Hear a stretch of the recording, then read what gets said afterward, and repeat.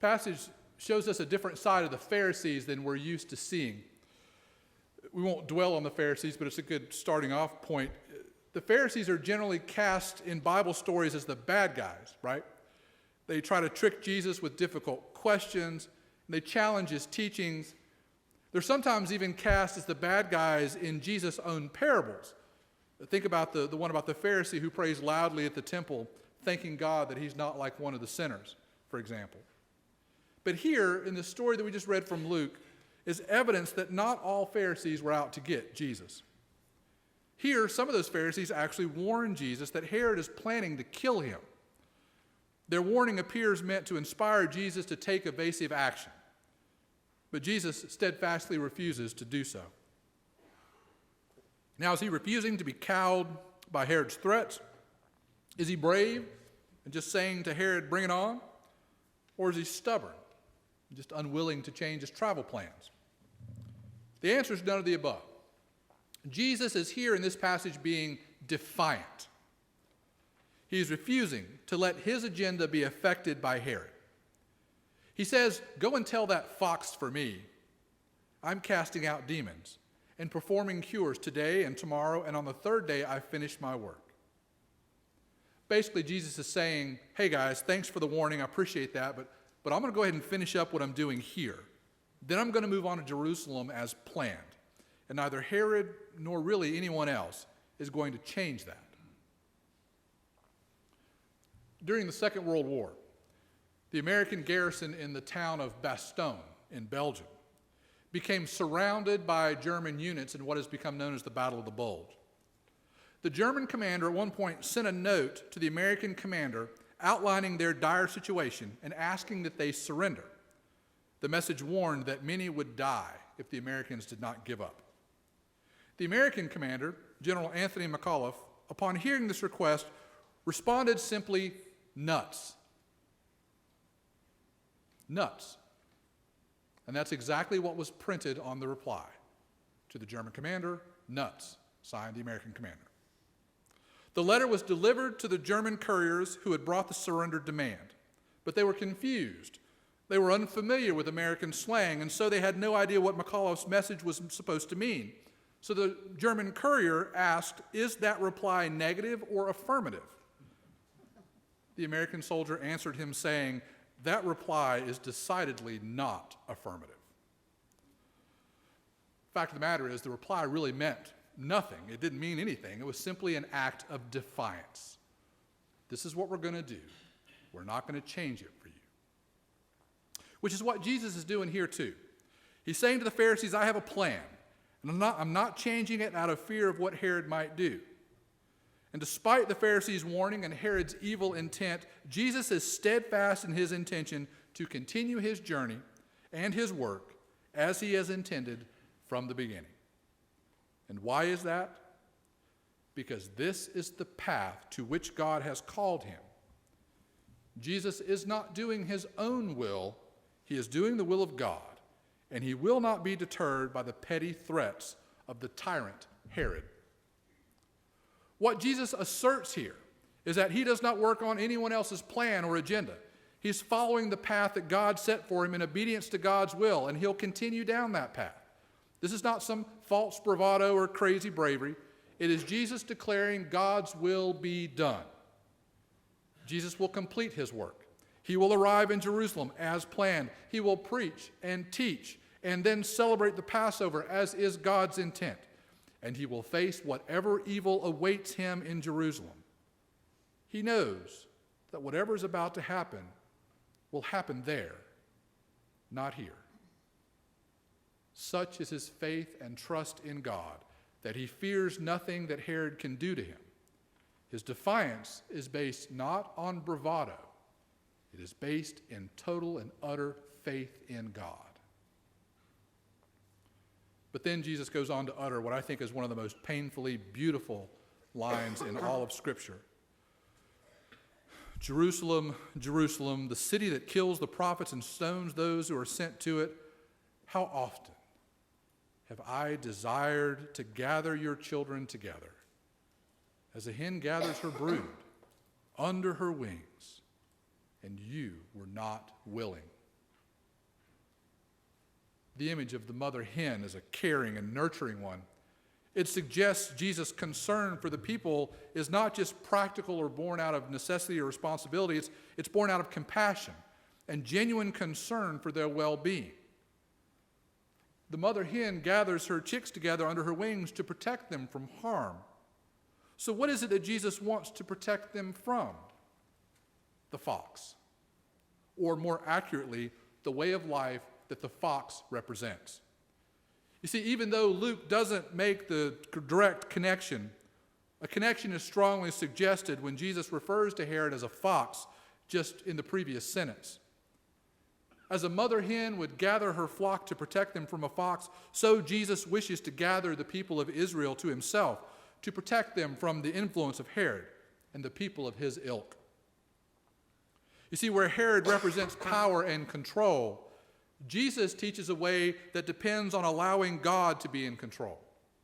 Where Herod lives a life of luxury, Jesus encourages those who would be his disciples to forego the wealth and accumulation of stuff and instead store up for themselves treasure in heaven. Where Herod represents the military power of Rome, Jesus teaches his disciples that those who would live by the sword will die by the sword. The contrast here is stark. It is a staggering indictment of the people that when given the choice between living as God intended or giving in to the temptation to be like Herod, the people of Jerusalem have chosen Herod. In this season of Lent, it is worthwhile to ask of ourselves, do we choose to follow Jesus or do we choose to follow Herod? I was thinking about that a little bit this week as I was reading about how Pope Francis found himself embroiled in the American political system. Asked by a reporter if he thought American Catholics could vote for a person like Donald Trump, Pope Francis said this: "A person who thinks only about building walls, wherever they may be, and not building bridges is not Christian." This is not in the gospel. Now, as far as what you said about whether I would advise to vote or not to vote, I'm not going to get involved in that. I say only that this man is not Christian if he says things like that. We must see if he said things in that way. And in this, I give the benefit of the doubt. Now, what was widely reported was that the Pope questioned Donald Trump's faith. Actually, he didn't. You see, Donald Trump is apparently a Presbyterian. And Presbyterians teach that our faith is a gift from God, that it is only by the power of the Holy Spirit that we are able to trust in God's grace and mercy. But we also believe that our lives are to be lived as a response to that grace and mercy, that we must give ourselves totally and completely to God's will. And I think that's what Pope Francis meant when he said, "A person who thinks only about building walls and not bridges is not a Christian." Because there's a difference between what we believe and what we do. They should be connected.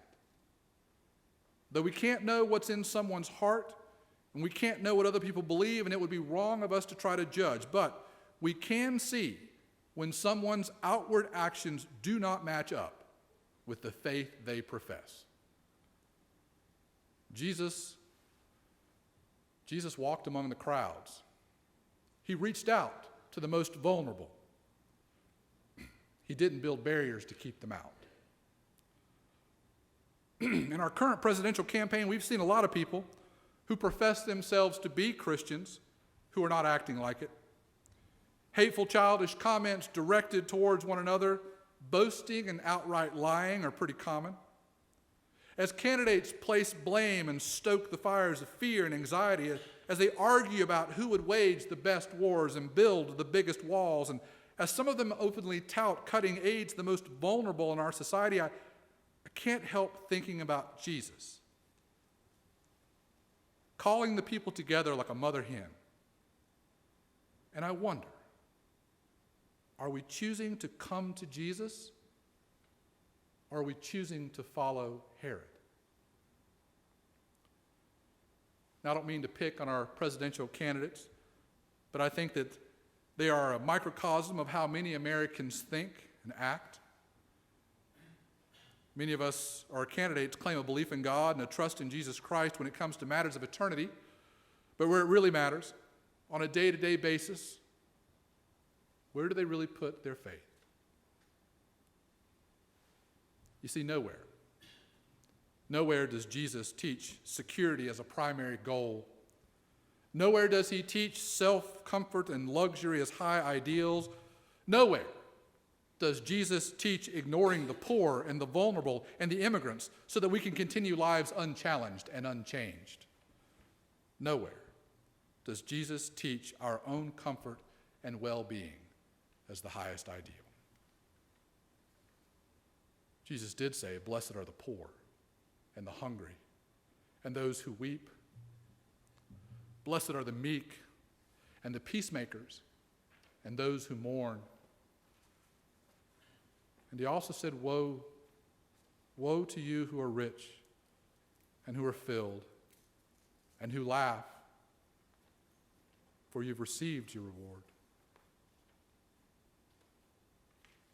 That doesn't mean Jesus hates rich people. Doesn't mean that Jesus has something against folks who have been fortunate enough to do well. But it shows where Jesus placed his priorities.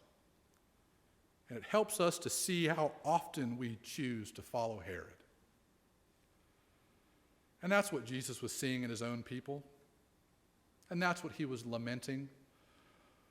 Oh, Jerusalem, how often have I desired to gather your children together as a hen gathers her brood under her wings, and you were not willing.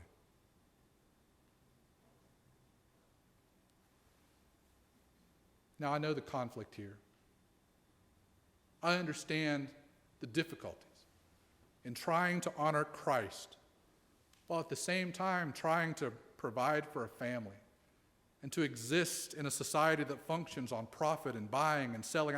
I know that if we all sold all that we own and gave it to the poor to follow Jesus, that would also make us a whole big bunch of vulnerable, dependent folks ourselves, and maybe make the situation worse. So I understand that there just aren't simple answers. But I also know that as a nation, we tend to value things that are not consistent with what Jesus taught. In this season of Lent, we are invited to examine ourselves and to look closely at the places where we fail to live into what Christ taught. The places where we have rejected our true selves and chosen to be something other than what we were created to be. We call those places sin. And we are called to confess our sin and to change the way that we live. Jesus taught love of God and neighbor as the highest law. He taught that we're to love our enemies and pray for them. Jesus taught that we're to care and provide for the most vulnerable amongst us, the orphan, the widow, the alien. Jesus taught nonviolence. Jesus healed the sick. Jesus forgave sinners, even those who crucified him. Jesus taught reliance on God and total commitment to God's kingdom. That's the path to which we are called. Truly being a disciple, well, it all comes down to our choices and the choice of which path we'll take. Herod or Jesus? 100 times a day. Herod or Jesus? To God be all glory, honor, power, and dominion in this world and in the world that is to come.